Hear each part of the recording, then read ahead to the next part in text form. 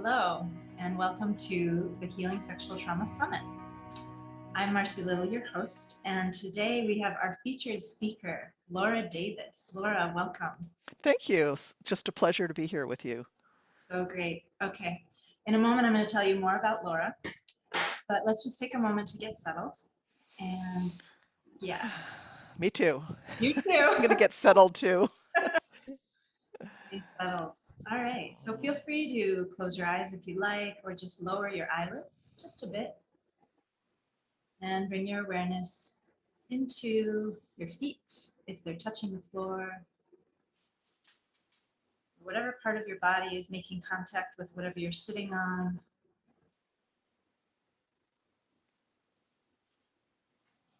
And as you do that, you may notice the flow of your breath.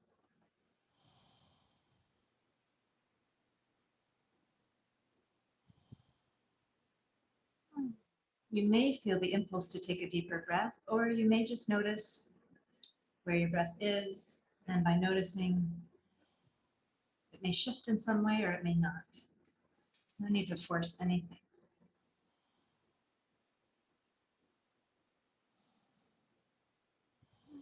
Feel free to make any audible sounds that want to come out. Just signaling to the nervous system that you're safe and it's okay to relax here.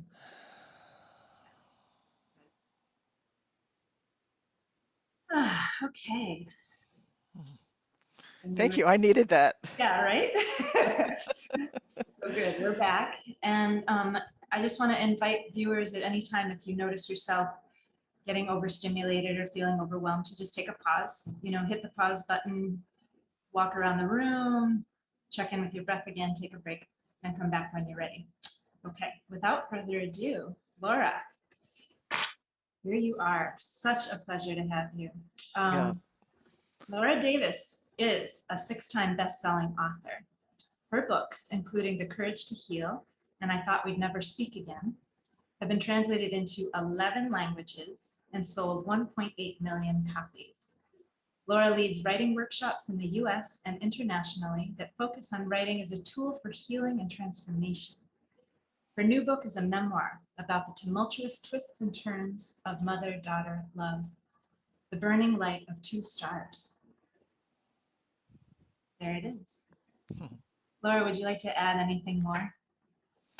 I guess I just want to add that, you know, um, I wrote with Ellen Bass The Courage to Heal in 1988, and I was 31 years old when it came out. So we were actually writing that book. I was 28 years old, just like now I think a baby. Actually, my son is 28 years old, so definitely a baby. And that, for my whole life since then, I have focused on these themes, and it's really been my life obsession is the healing process. Um, what does it take to heal? How do words fit into that? How can writing be a tool to help us ground, to help us discover, to help us uncover, to help us take our power back. And so, I've been thinking a lot with the new book. I've been looking back and just seeing this continuity that maybe I wouldn't have known existed if I wasn't looking with hindsight. So that's, on my website, I have a little tagline. It says, "Healing words that change lives." And I feel like that's the crux of pretty much everything I've done in my whole adult life. Hmm, wonderful. So it's like the connecting thread that runs Yeah. through hmm anything. Uh-huh. Beautiful. Thanks for sharing that. Um, why did you agree to be then part of the summit? Kind of obvious after that, isn't Marcy, it was you. I'll just say, for those of you who are watching, Marcy sent me an email about this, and I was getting up in the launch for this new book, and I was super busy and just very committed to a lot of things. And I just said no because I had made this decision to say no to anything extra. It's like I cannot take on one more thing. I was sort of in that mind state. And Marcy, you are one of the most persistent people I've ever met, and she just kept it's interesting because this is how I got Ellen Bass to write The Courage to Heal with me. I was very persistent in a nice but like a look like I just wouldn't leave her alone, but in a very nice way. And you were the same, and you wore me down. And it? then And also you convinced me that how important the summit is, and also that I actually had something that I could contribute that would be really helpful. And I think that spoke to me. So I said yes. You made it easy. You made a compelling argument, so that's why. And because, I have been speaking to and writing to survivors for over 30 years. And sometimes, in the beginning, much more directly. With the first books I wrote were directly about healing from child sexual abuse. But, in all the years since then, I continue to have survivors and people dealing with trauma regularly coming through my classes and workshops. And it's certainly something I have remained aware of and wanting to support. So that's why I came. Okay. Well, thanks for sharing that, and thanks for letting me wear you down. All right. So coming back to this work, the courage to heal, that you began really your journey of writing with Ellen Bass when you were 28. Such an integral time in a person's life, I think, coming into adulthood anyway. And this was like, whew, you brought yourself in with this seminal work that changed lives for forever. It's the book that's on most women's bookshelves, and if it's not, it should be. So my question, one of my questions to you then is, you've been at this healing process for a long time.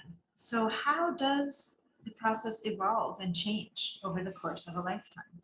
Well, it just changes dramatically. At least that's been my experience. If you had talked to me when I was 27 or 28 years old and you said, who are you? And my only answer would be, I'm an incest survivor. And that was my sole identity because the healing process at that point was so completely consuming. I couldn't imagine ever making it through to the other side. It was almost like being killed, is how I think I used to describe it. It was um, just absolutely one of the worst and hardest times of my life because I was going through what I had gone through as a child, but this time I was feeling it. And it was excruciating. And it was all I thought about. It was a complete obsession. I was in therapy a couple times a week. I joined some support groups for survivors. Because I was working on the Courage to Heal, I was interviewing a couple hundred survivors in depth, just hearing women's stories. And then I was writing about it. I was writing a book about it. I became estranged from my family because when I outed my grandfather, who had been my perpetrator, and then I was writing this book, and I lost my family. So, it was a really difficult time in my life, and I really never felt I would get through it. And now it's like 35 years later, and if you were to ask me, Laura, who are you? I would say I'm a mother, I'm a grandmother, I'm a spouse, I'm a friend, I'm a teacher, I'm a workshop leader, I'm an author, I'm a swimmer, I'm a hiker, I'm a friend, I'm a kombucha maker. I would list all kinds of things, and I wouldn't even put incest survivor on the list. And it's not because I'm not an incest survivor, it's because what was so completely in the foreground has gone so far in the background that I don't even mention it. I'm thinking about it a lot now because of doing a lot of media and because my new book brings back those themes again in the context of this really dramatic mother-daughter relationship. But in my daily life, I just don't think about it. It's part of the way I describe it, it's part of the fabric of the cloth that shaped me. And I think there will always be certain vulnerabilities that I have in life because I was sexually abused. And, I think you heal things, they're not quite the same as if they hadn't ever been broken. But it's also given me strengths. It's led me to really an amazing career. It's given me so many connections with amazing people throughout my life. And it awakened me as an author and a writer. So there's been a lot of things that have come that have been empowering because of it. I'm not saying that I ever would have wanted it to happen. I would have rather not been sexually abused, but it's so integrated into my life that I don't even mention it anymore. So, those of you who are in the throes of this, you might think, I can't imagine ever, ever feeling that way, but you may.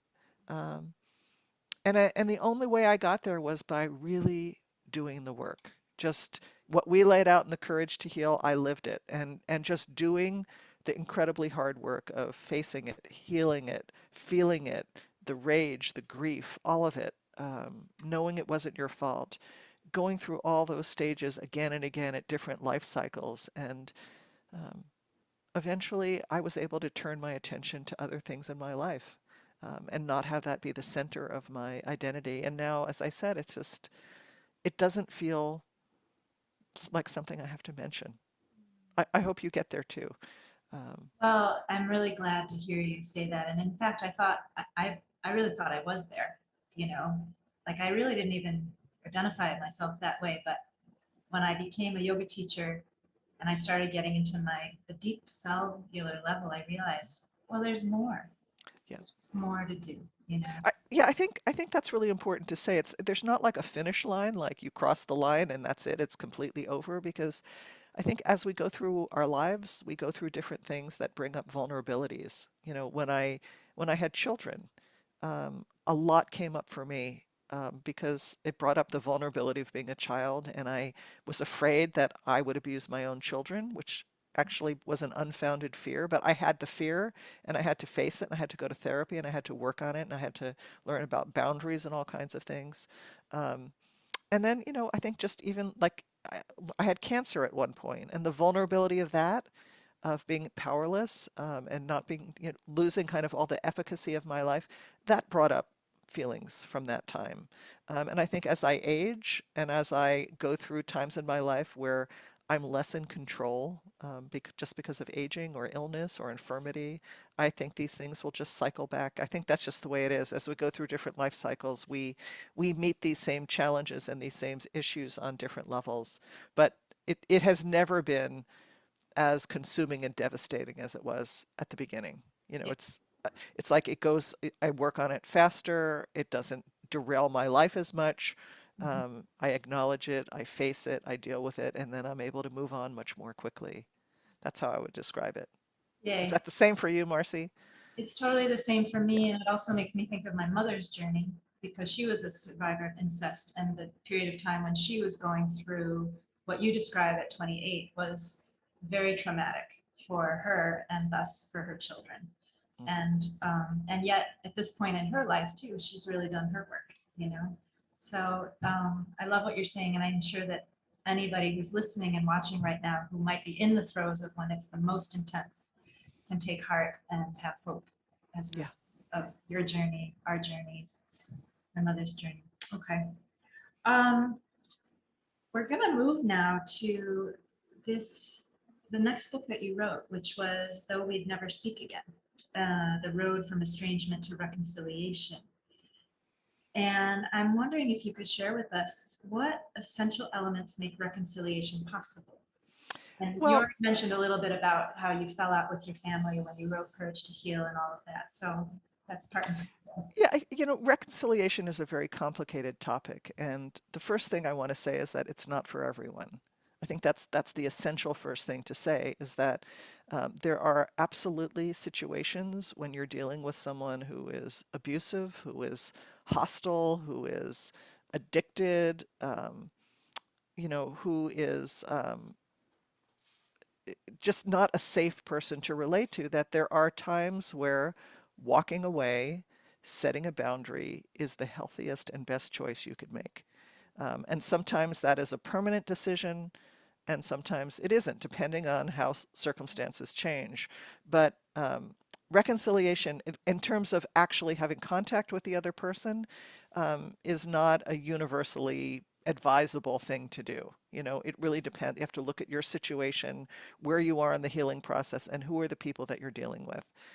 So I think that's really critical. I don't want, in talking about reconciliation, I don't want anyone listening to feel like I should be doing that, because maybe what you should be doing is setting a big fat boundary, and protecting yourself and creating a safe space for your own healing. Even like I did reconcile with my mother and her side of the family. It's a very complicated story and it's not a perfect story. But the only way I was able to do that was that I had to create first a state of autonomy. where I separated from the dysfunction in my family. And it was excruciatingly painful, those years of estrangement.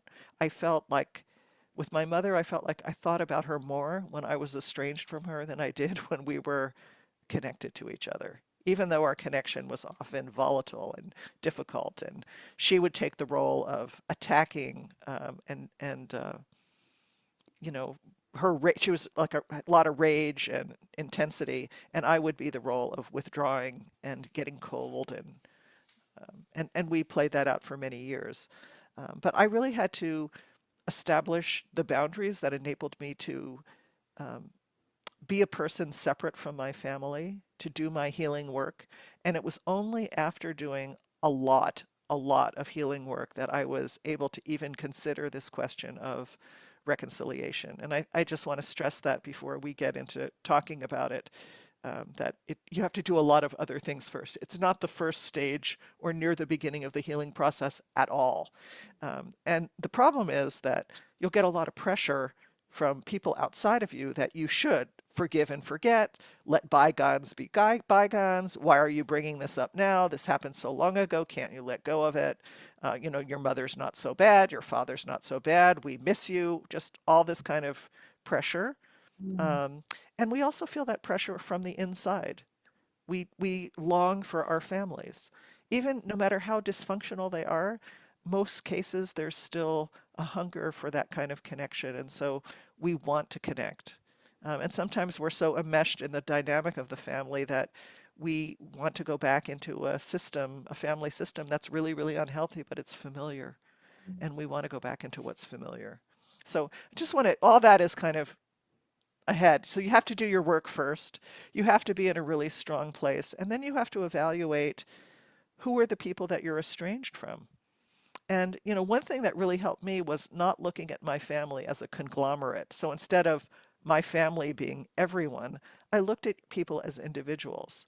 And I realized, I had a cousin who actually was pretty supportive of me, and who had been supportive in the past, and who was trying to reach out to me. And so that was a safe person to start with. For me, my mother was the most difficult, the most challenging, and the one I had the most investment in. Um, so I think you have to evaluate each relationship and make choices not as a whole, but individually. Sometimes your family won't let you do that. Um, the other thing that really helped me in the beginning, with my mother, and she was not happy about it, was I set a lot of ground rules for our interactions.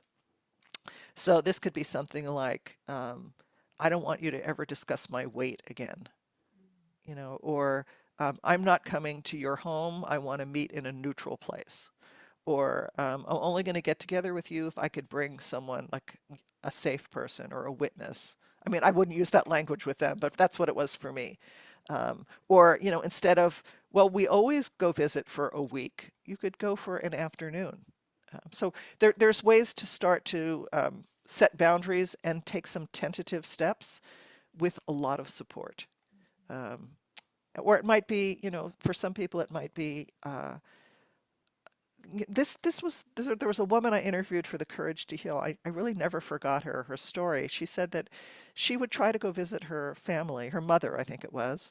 And they would have a visit, and at first there'd be this like honeymoon period. Um, and they would get along, and then within 24 hours, everything would fall apart, and it would be this horrible situation. And, that was just so destructive to her. And she would leave, kind of crawl home devastated, and it would take her weeks or months to kind of piece herself back together. And then she and her mother would start writing letters to each other. And they wrote really nice letters. Like on the page, they were able to communicate successfully. And so these letters would go for a while, and then she'd think, well, maybe I should just go see my mother. And she would go again. She would have another visit. She would forget what the last visit was like. The letters convinced her. And then the whole cycle would repeat over and over again.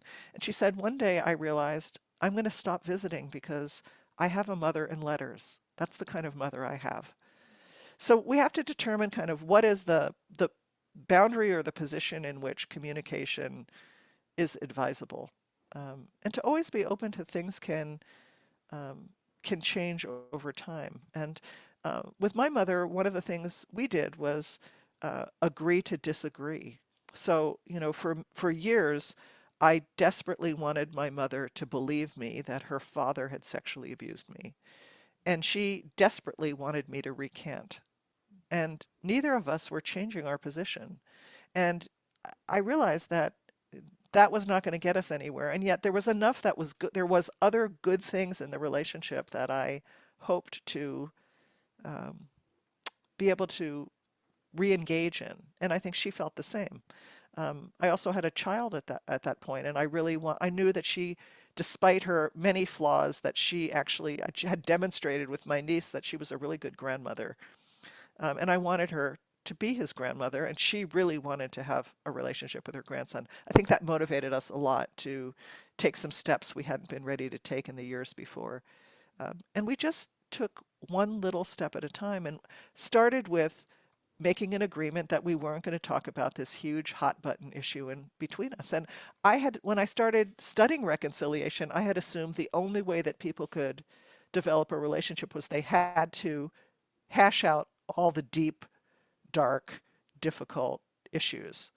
And if that didn't happen, there was no relationship possible. And I learned through my own experience and through the many people I interviewed for the book on reconciliation that that actually is not the case. It's unusual for that to happen. People are very lucky if they can have that level of deep reconciliation where things are actually resolved and talked about and healed. But what my mother and I did, we agreed to disagree and we started to rebuild a connection around the edges of that. And I wouldn't call it wasn't an intimate relationship. I didn't trust her with like the most intimate parts of me, but it got us to the point where we were able to be in the same place. We were able to enjoy holidays together. We were able to create what at first was a pretty superficial relationship with a lot of ups and downs by agreeing to disagree. I no longer was going to try to change her. She no longer was going to try to change me. But like we both liked going to the theater, so we started going to the theater together. We liked hanging out with her grandson together, and we started to do that. And there was a lot of up and down. There were times that it was terrible. We were both walking on eggshells. Um, but over a course of many years of both of us making effort, we were able to reconcile our relationship. And the thing that this new book I wrote is about is that I thought we had reconciled. And then when she was 80 years old, she called me one day and informed me that she was moving across the country. She lived in New Jersey and I lived in California.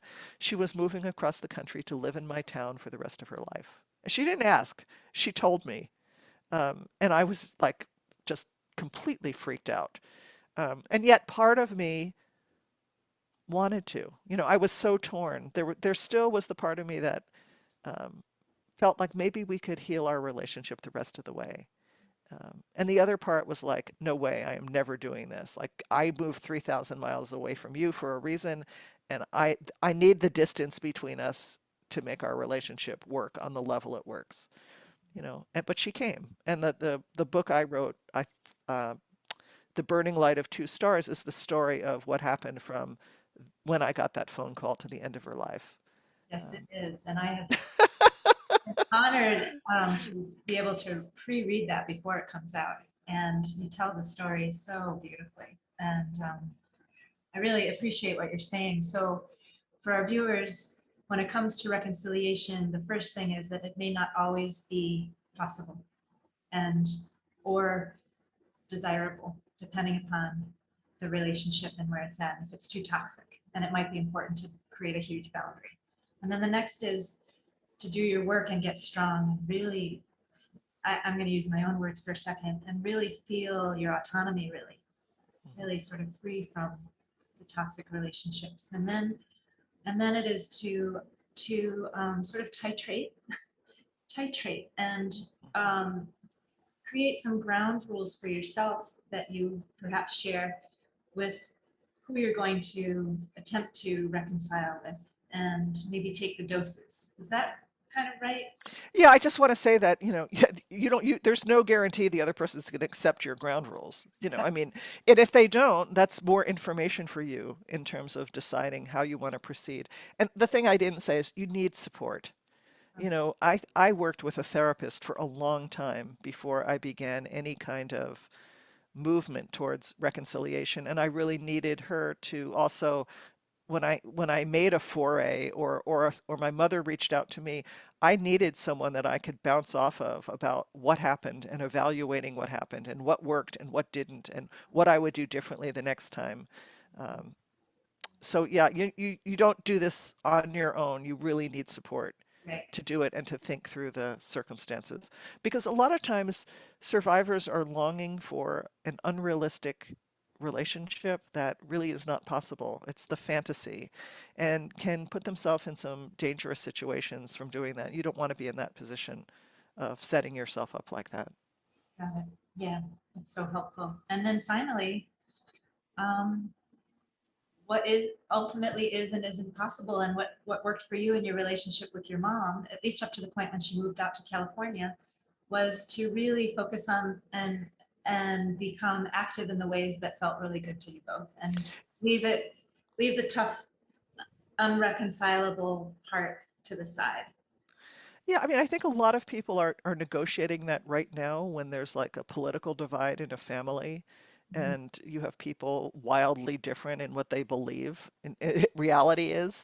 And, some families are not negotiating that and they're just like breaking apart. But I think some people are figuring out how to continue having some kind of relationship, even when there's this huge difference sitting right there that you're not going to talk the person out of their position and they're not going to talk you into their position either. So I think this is very relevant right now in terms of the kind of divisiveness we're seeing, and I think any skills we can develop are going to be useful in a lot of places. The last thing that before we move on from this topic is that Sure. um, I was rereading a story that from a woman I had interviewed, and she had been really violently sexually abused by her parents, and then they had abused her children. So it was like multi-generational.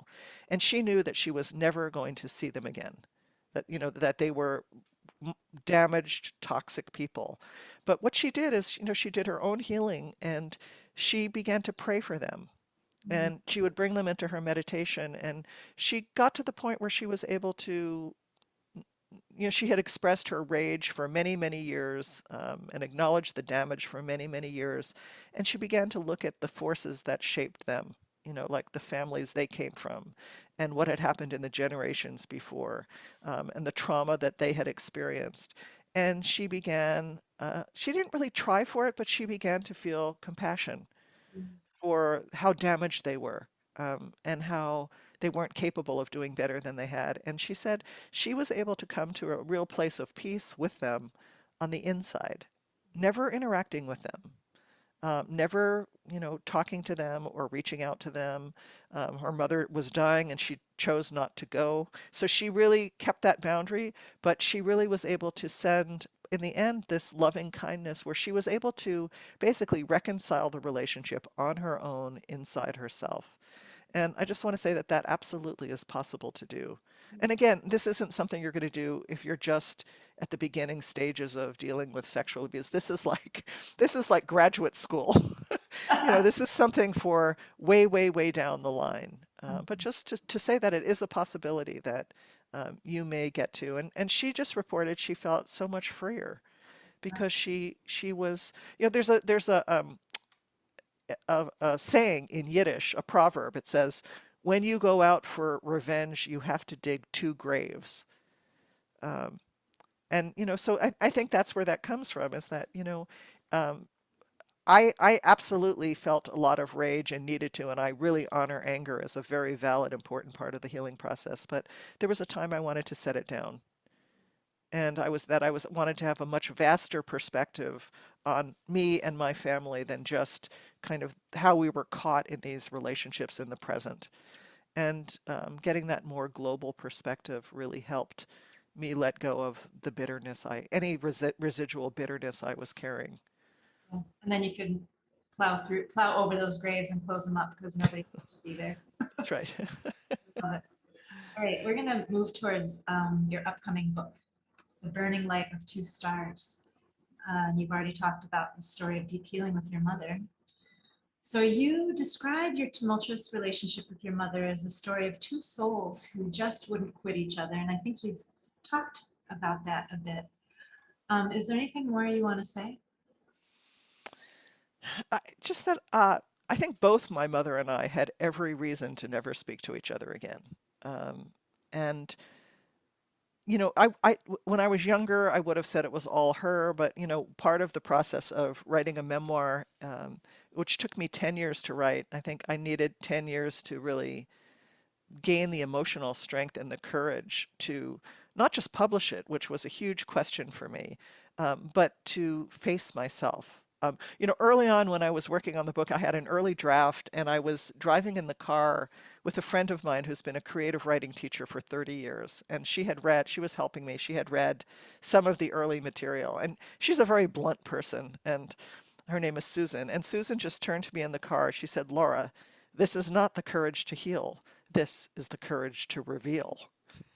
And basically what she was saying was that I was making my mother into too much of a villain, and that I was really protecting myself.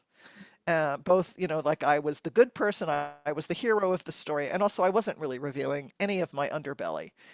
And so that was a difficult conversation, but I went home and then I became really determined that I wanted this story to present two flawed human beings.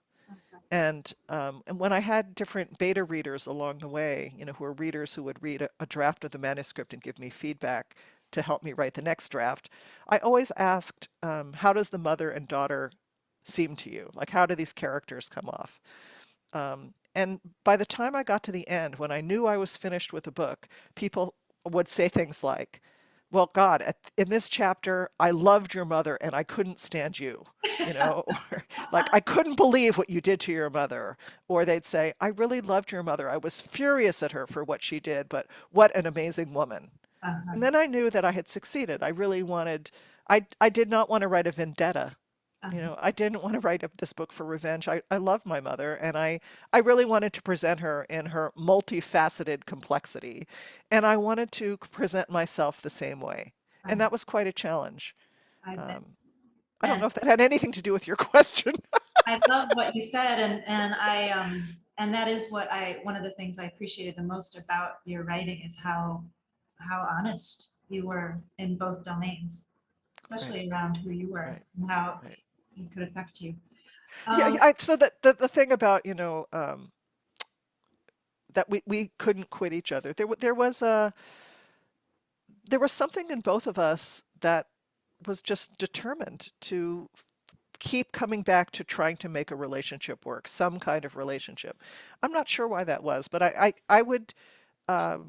think there was just this very deep connection, that maybe transcended our conflicts in this particular life. There was something between us that just like we just both, and it wasn't just one of us, it was both of us. And my mother contributed a lot to our reconciliation. That wouldn't have happened without her. It wasn't one-sided at all.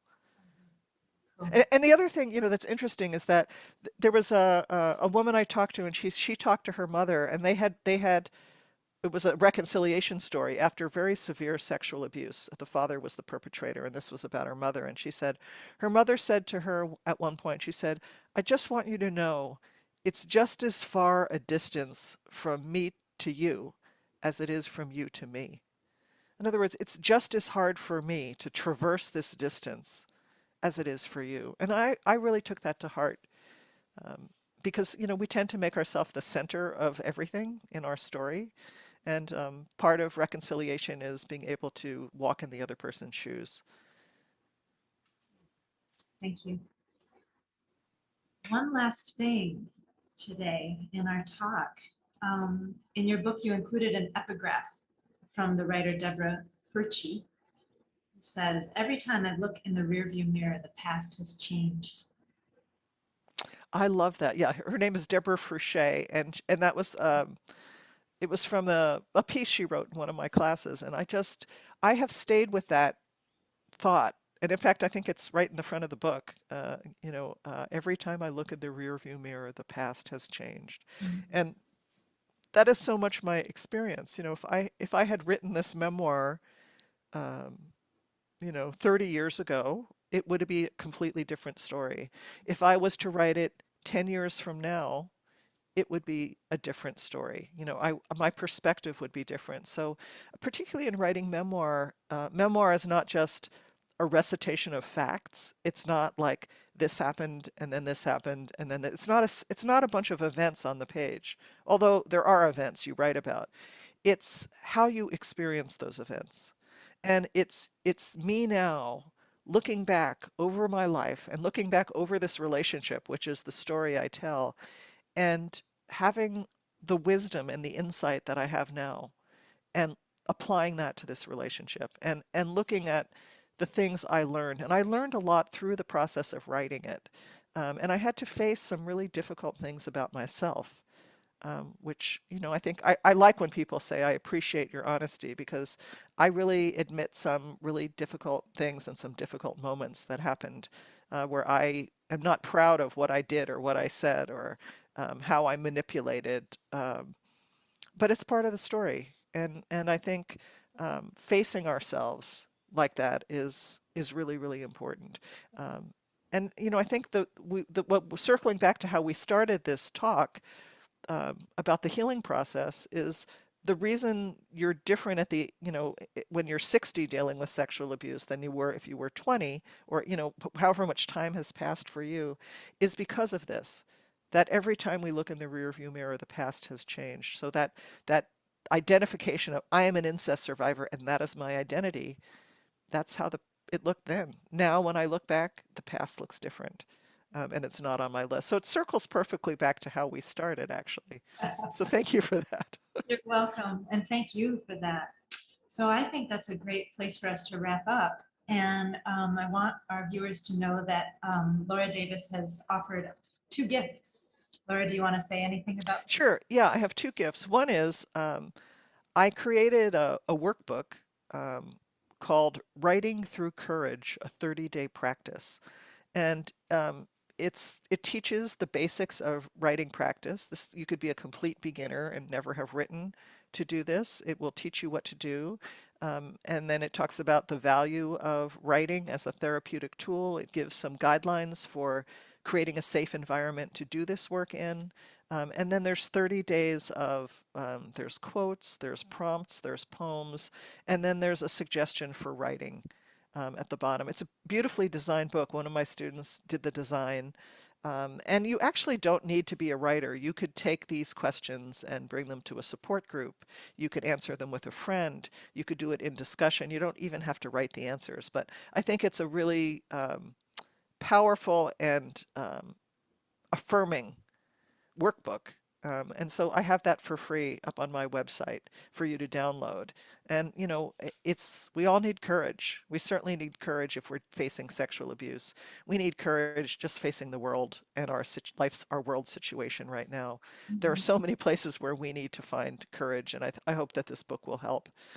So that's available. Um, and that is, you could find that at lauradavis.net and then /courage. And we'll I'll have these, they'll pull be up. written down as well. And the other thing I want to offer you is I've put the first 5 chapters of the memoir, Burning Light of Two Stars, up on my website for you to read. So you could read the beginning of the book and see if you want to read the rest. You'll get a very strong sense of what the book is like in my writing style, which I've been told it's a page turner that people start reading it and they just can't stop. But anyway, you could go up on my website and you could read the first 5 chapters, which is a very generous offering actually in terms of It how much you get to read. Um, and so you can do that by going to lauradavis.net /chapters. Um, and actually, on that same page, if you just scroll down, there's a blank to get the Courage book as well. So those are the two gifts that I'm offering. Go to lauradavis.net chapters. There's a slash in there, or lauradavis.net courage, and you'll find both of those things. is. Um, and if you want to find me on Facebook, I'm at The Writer's Journey.